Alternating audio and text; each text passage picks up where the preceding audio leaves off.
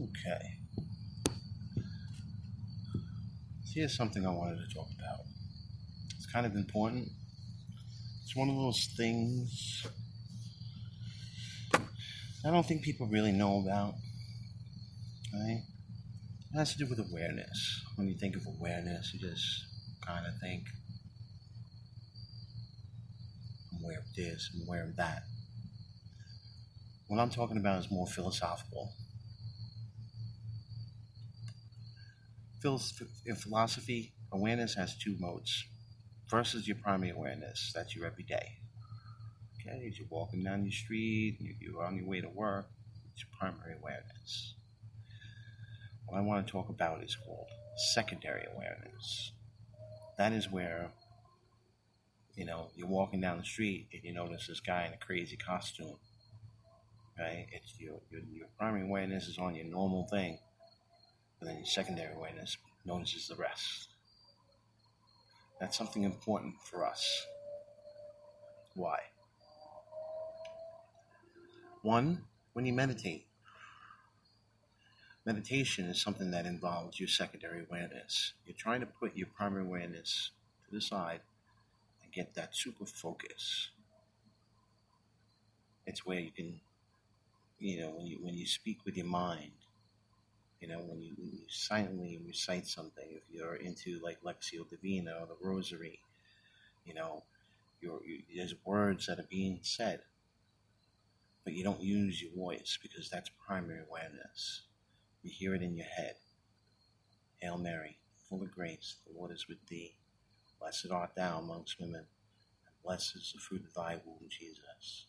If you do that without speaking, that's secondary awareness. It's something that you need to cultivate. That's the part of your mind that is being strengthened when you meditate. When you sit there and you can put yourself before, if you're not doing, a faith-based kind of meditation like the Rosary or Lectio Divina, if you're just focusing on your breathing, your secondary awareness, that's really at play there, right? Your secondary awareness looks at, a cup and says it's round, it's red, it's cold, there's dew on the outside. Okay, your primary awareness just says that's a cup, I drink, and I can drink it.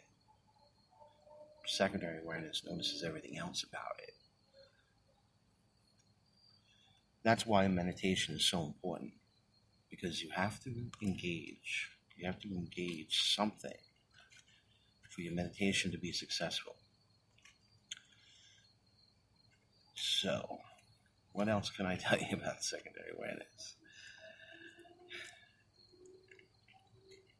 It is definitely that strengthening of the mind. And that's something that's extremely important. When you meditate, that's where you don't have the fruit of your labors. That's how you fall asleep, because your secondary awareness is part of, more of your subconscious than anything else. So you need to be aware of the two sides of you, the two parts that make you up. Okay? One is your primary, every day, the one that's always working when you wake up. That's why they say, it's also kind of like part of your subconscious. That's the part of you that dreams. That's the part of you that has different thoughts and realizations. Because again, it's not just focus. It's not laser focus. It's broad. Okay? It's kind of looking at everything. Right? And that's where you pick up all different concepts. One thing that you do, even now, you just close your eyes. It's dark, right? Or maybe it's daytime and it's orange, right? Because, things are still happening, right? But as you breathe, that's the part that's going to flower. That's the part that's going to grow. That's the part that you're trying to engage, okay? Because that's one of the things I'm realizing these last few days. Meditation is vital. You really need to become whole. And without going through and just putting do not disturb on your phone, you get little bells like that. Okay?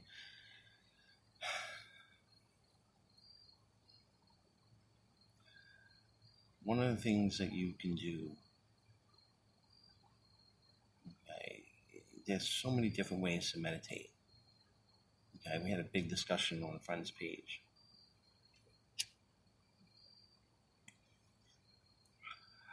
And the idea was that, the question, just the raw question going on was, do you meditate? Okay, we had all these people chiming in. I'm a guru. I teach meditation. I only do faith-based meditation, meditating on scripture. And they had awesome, all of them. One, in my line, I'll be honest, I believe everybody needs to lead to God. And meditation is one way that happens. Without putting yourself in front of something more powerful than you, how do you get any perspective? We all need that perspective. We all need to recognize that there's literally a shitstorm out here. Like if you heard my live, okay, I did 2 of them, the last 2 episodes. And I told you my story, how I got here, how I got to where I am, and how it was that trust in that supernatural being that was bringing me out of this darkness that I was in for 11 years. Okay? Everybody has it. Everybody goes through it. Everybody, one of my mentors, one of my first mentors, he's a convict. He went to jail twice. How do you get through that? How do you survive going through prison where your freedom is literally stripped away from you? It's his secondary awareness. His secondary awareness and his primary awareness were equally as strong. Okay, because I generally think if I look back on his story, that's something he would say. His, path was a little different. It wasn't, maybe it was, I don't know. But, the point is that, it's nowadays that he's seeing the importance of strengthening your mind. His name is Ryan Stewman. Check him out. I think he's an awesome guy. He's put me where I am now.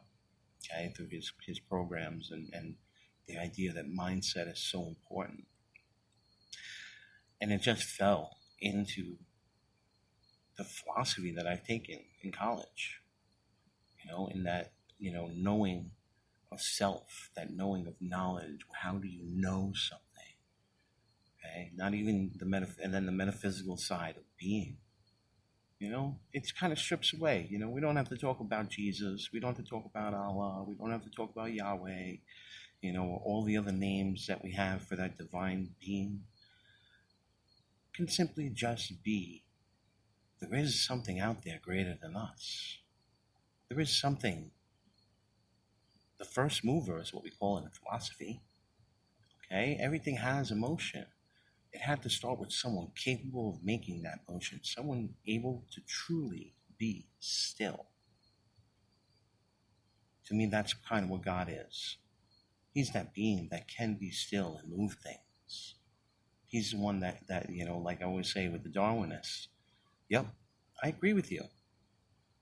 Some unknown number, because I have billions, trillions, whatever amount it was since the Big Bang, there's an intelligence in the world. Someone had to light the match. Okay? So that's my core philosophical thought on God. Yeah. There's a beginning. Creation just wasn't there. There's too much order in it to say that, out of chaos came this world. Okay? And meditation is one of the things that'll get you to understand that or find your path. Because that's what's important. It's not important for me to make you a Christian or for me to be Muslim and have you follow Allah or any of the others. But to know that, we're a world with a beginning. We're a universe with a beginning. And that someone had to begin it. Because there's way too much order in the world. Yeah, suckiness is a different topic. Okay? All right, the evils of the world, I'll be honest, I can say that too. Evils of the world, we bring it. We do it. Okay? in a Christian sense, God will give you anything. Okay? That's one of the things that I find with the law of attraction. Yep. Meditate. Intend it. Believe. Trust. And it will be so. But the Ten Commandments are always in play. So, why is there evil in the world? We want it. We bring it in. Because that's how good this supreme being is. He'll give us anything, even if it's bad for us. Because in the end, there's an accounting. In Catholic terms, we call it the last four things. Death, heaven, judgment, heaven, hell.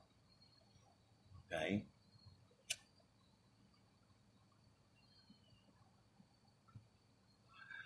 And it's meditation that allows you to learn about these things and helps you to understand where you stand in it all.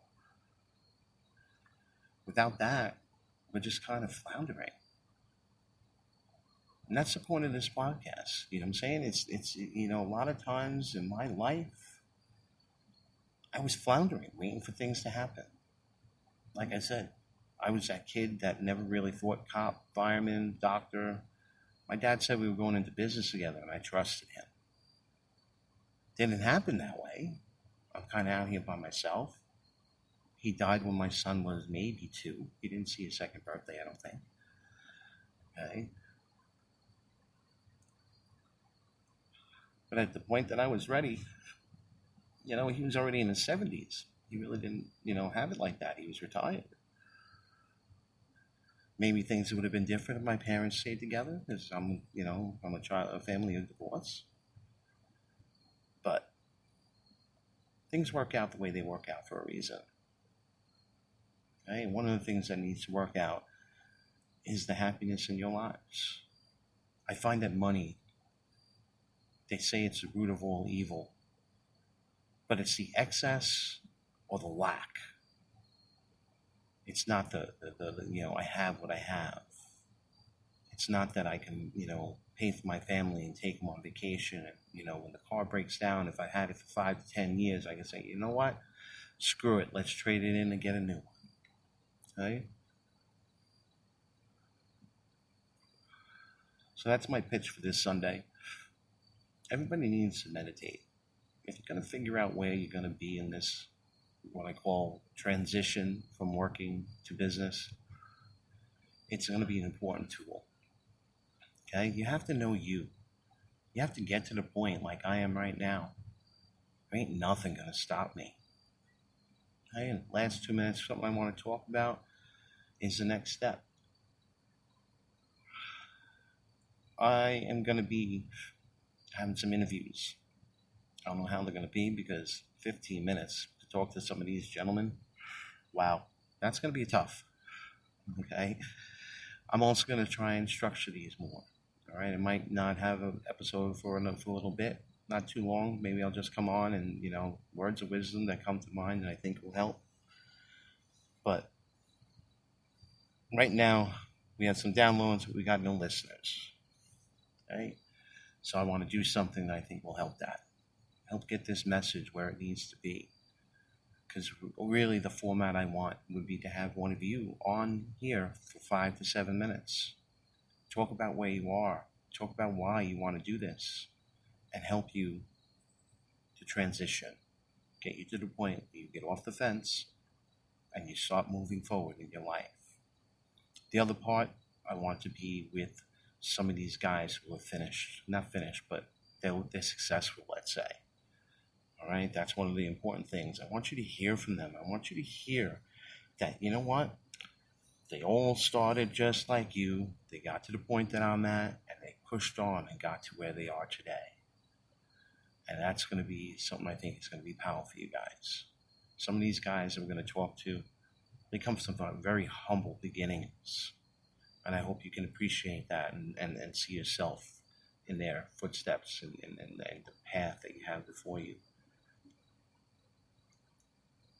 It's kind of important. That's something to keep in mind. You're not alone. You're not the only one. And you can do this.